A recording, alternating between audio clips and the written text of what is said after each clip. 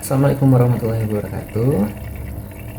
Kami dari kelompok 1 di sini akan mempresentasikan tentang penelitian research and development atau biasa yang disebut dengan R&D, yaitu model Bohr dan Gall.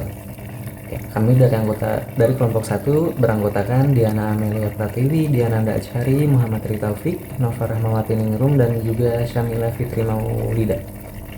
Baik, untuk materi yang pertama akan saya jelaskan sendiri, yaitu tentang pengertian penelitian research and development R&D.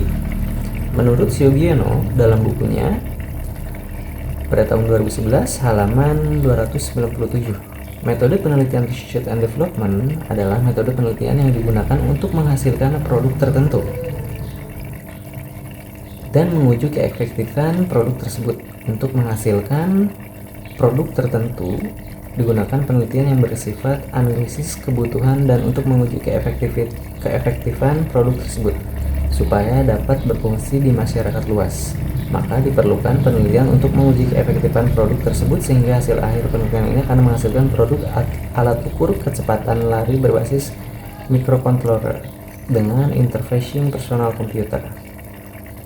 Menurut Okpatrioka pada tahun 2023. Lalu penelitian research and development model Bohr and Gall, yaitu pengembangan Bohr and Gall merupakan model pertama yang dikaji. Tahapan model Bohr and Gall berisi panduan sistematika pengembangan model atau produk.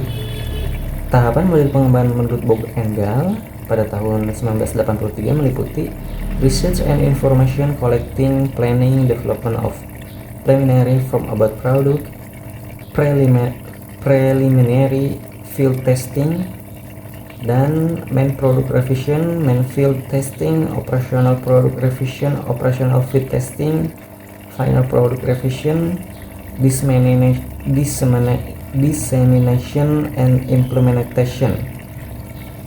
Lalu kelebihan dan kekurangan penelitian R&D model Bohr and Gall. Yang pertama, ada kelebihan penelitian R&D model Bohr and Gall. Yang pertama, mampu mengatasi kebutuhan nyata dan mendesak real needs in the here and now melalui pengembangan solusi atau suatu masalah sembari menghasilkan pengetahuan yang bisa digunakan di masa mendatang. Yang kedua, mampu menghasilkan suatu produk atau model yang memiliki nilai validasi tinggi karena melalui serangkaian uji coba lapangan dan divalidasi oleh ahli.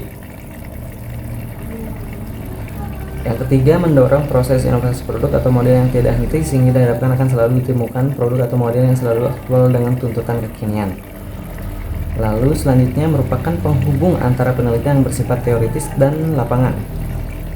Lalu kekurangan penelitian R&D model Bohr and Gall. Yang pertama, pada prinsipnya memerlukan waktu yang relatif panjang karena prosedur yang harus ditempuh harus relatif kompleks. Selanjutnya, tidak bisa digeneralisasikan secara utuh karena penelitian R&D ditunjuk untuk pemecahan masalah here and now dan dibuat berdasar sampel spesifik, bukan populasi. Yang ketiga, model penelitian pengembangan R&D memerlukan sumber dana dan sumber daya yang cukup besar. Mungkin sekian presentasi dari saya, selanjutnya akan dilanjutkan oleh pemateri berikutnya. Baik, selanjutnya ada langkah-langkah penelitian R&D model Bohr and Gall. Yang pertama ada studi pendahuluan atau research information collecting, yaitu ada analisis kebutuhan. Jadi saat akan melakukan penelitian dan pengembangan produk, kita harus mengetahui apakah produk yang akan dibuat mempunyai makna dalam perkembangan pendidikan atau tidak. Terus ada studi literatur. Studi literatur dilakukan untuk pengenalan sementara terhadap produk yang akan dikembangkan. Studi literatur juga berkaitan dengan permasalahan yang akan dikaji. Lalu selanjutnya riset skala kecil. Pengembang sering mempunyai pertanyaan yang tidak bisa dijawab dengan mengacu pada research belajar atau teks profesional. Selanjutnya yang kedua, ada merencanakan penelitian atau planning. Setelah melakukan studi pendahuluan, pengembang dapat melanjutkan langkah yang kedua, yaitu merencanakan penelitian. Nah, perencanaan penelitian R&D itu meliputi merumuskan tujuan penelitian, memperkirakan dana, tenaga, dan waktu. Terus juga ada merumuskan kualifikasi peneliti dan bentuk-bentuk partisipasinya dalam penelitian. Lalu selanjutnya ada yang ketiga, yaitu pengembangan desain atau develop preliminary of product. Jadi dalam tahap ketiga ini yaitu menentukan desain produk yang akan dikembangkan atau desain hipotetik. Seperti halnya mengembangkan jenis atau bentuk produk awal seperti penyiapan materi pembelajaran, penyusunan buku pegangan, dan perangkat evaluasi. Atau misal sebagai contoh kita mengembangkan sebuah media pembelajaran. Terus ada juga menentukan sarana dan prasarana penelitian yang dibutuhkan selama proses penelitian dan pengembangan. Dan selanjutnya yaitu ada menentukan tahap-tahap pelaksanaan uji desain di lapangan. Menentukan deskripsi tugas pihak-pihak yang terlibat dalam penelitian. Artinya penelitian pengembangan ini melibatkan pihak-pihak lain yang terkait di dalamnya. Baik, untuk yang selanjutnya di sini yang keempat ada preliminary field testing atau uji lapangan awal. Untuk langkah-langkahnya di sini ada melakukan uji lapangan awal terhadap desain produk, kemudian bersifat terbatas, baik substansi desain maupun pihak-pihak yang terkait. Terus, uji lapangan awal dilakukan secara berulang-ulang sehingga diperoleh desain yang layak, baik substansinya maupun metodologinya. Kemudian yang kelima, ada revisi hasil uji lapangan terbatas atau main product revision. Langkah ini merupakan perbaikan model atau desain berdasarkan uji lapangan terbatas. Penyempurnaan produk awal akan dilakukan setelah dilakukan uji coba lapangan secara terbatas. Nah, pada tahap penyempurnaan produk awal ini lebih banyak dilakukan dengan pendekatan kualitatif.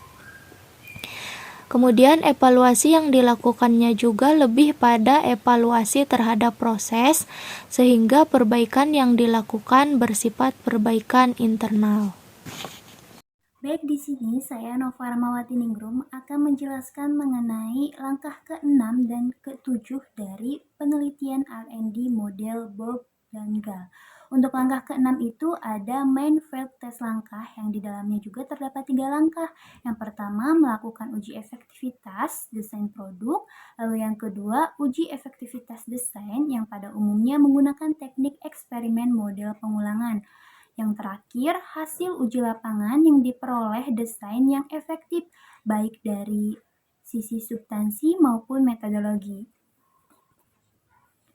Lalu langkah yang ketujuh ada revisi hasil uji lapangan lebih luas atau operational product revision. Nah, untuk langkah ini merupakan perbaikan kedua setelah dilakukannya uji lapangan yang lebih luas dari uji lapangan yang pertama. Penyempurnaan produk dari hasil uji lapangan lebih luas ini akan lebih memantapkan produk yang akan kita kembangkan. Karena pada tahap uji coba lapangan sebelumnya dilaksanakan dengan adanya kelompok kontrol. Desain yang digunakan adalah pre-test dan post-test. Selain perbaikan yang bersifat internal, penyempurnaan produk ini didasarkan pada evaluasi hasil, sehingga pendekatan yang digunakan adalah pendekatan kuantitatif. Sekian presentasi dari saya, dilanjutkan oleh presentator selanjutnya. Baik, di sini saya akan menjelaskan mengenai uji kelayakan atau operational field testing. Nah, untuk menguji kelayakan tersebut dapat kita melakukan dengan beberapa cara. Yang pertama, dengan melakukan uji efektivitas dan adaptabilitas desain produk. Kemudian, yang kedua, uji efektivitas dan adaptabilitas desain melibatkan para calon pemakai produk.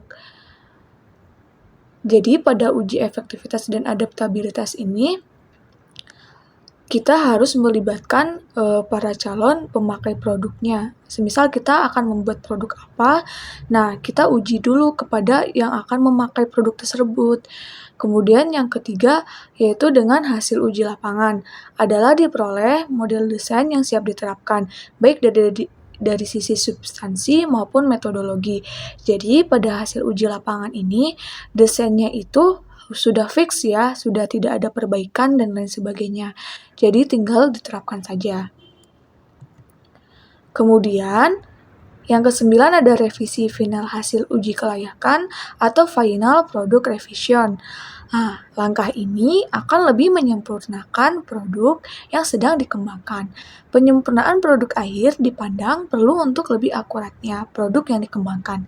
Pada tahap ini sudah didapatkan suatu produk yang tingkat efektivitasnya dapat dipertanggungjawabkan. Hasil penyempurnaan produk akhir memiliki nilai generalisasi yang dapat diandalkan. Jadi, pada revisi final hasil uji kelayakan ini, produknya itu sudah benar-benar fix, sudah benar-benar jadi, dan nilai efektivitasnya itu sudah tinggi. Kemudian yang ke-10 ada diseminasi dan implementasi produk akhir atau dissemination and implementation. Nah, pada yang ke-10 ini dapat dilakukan dengan cara meneliti hasil penelitian yang berkaitan dengan produk yang akan dikembangkan. Semisal produknya itu apa yang mau dikembangkan, kemudian kita meneliti hasil penelitian yang berkaitan dengan produk yang sudah kita pilih untuk dikembangkan. Kemudian ada mengembangkan produk berdasarkan hasil penelitian, kemudian ada uji lapangan, dan mengurangi defisiensi yang ditemukan dalam tahap uji coba lapangan. Baik, sekian yang dapat saya sampaikan, kurang lebihnya mohon maaf. Terima kasih.